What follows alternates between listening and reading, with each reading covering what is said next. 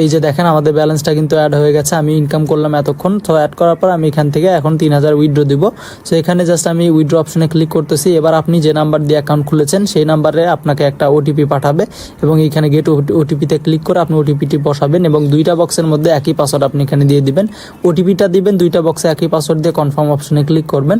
দেন success হয়ে যাবে। তারপর কিছুক্ষণ ওয়েট করতে হবে এবং আপনাকে পেমেন্ট অপশন দেখাবে। আপনি বিকাশ নাকি নগদে টাকা নেবেন সেটা দিবেন। নগদ সিলেক্ট করতেছি। দেন আপনার একটা নাম দিবেন, দেওয়ার পর আপনি যে নাম্বার টাকাটা নেবেন সেই নগদ নাম্বারটা আপনাকে এখানে বসিয়ে দিতে হবে।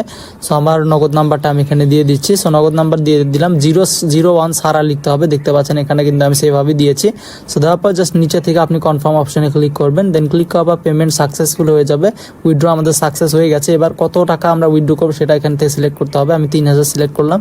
উইথড্র অপশনে ক্লিক করতেছি।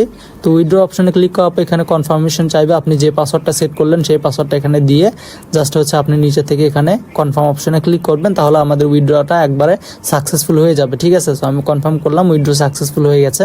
আমাদের ব্যালেন্স থেকে কিন্তু টাকাও কেটে নিয়েছে। জাস্ট কিছুক্ষণ ওয়েট করতে হবে। এবার ওয়েট করলে আমরা পেমেন্টটা পেয়ে যাব। সো আর যদি পেমেন্ট 2 ঘন্টা পরেও না পান বা আধা ঘন্টা 1 ঘন্টা পরে না পান, তাহলে আপনার হেল্প সেন্টারে আপনি কথা বলতে পারেন যে কোনো সময়। সেই যে দেখতে পাচ্ছেন আমাদের পেমেন্ট কিন্তু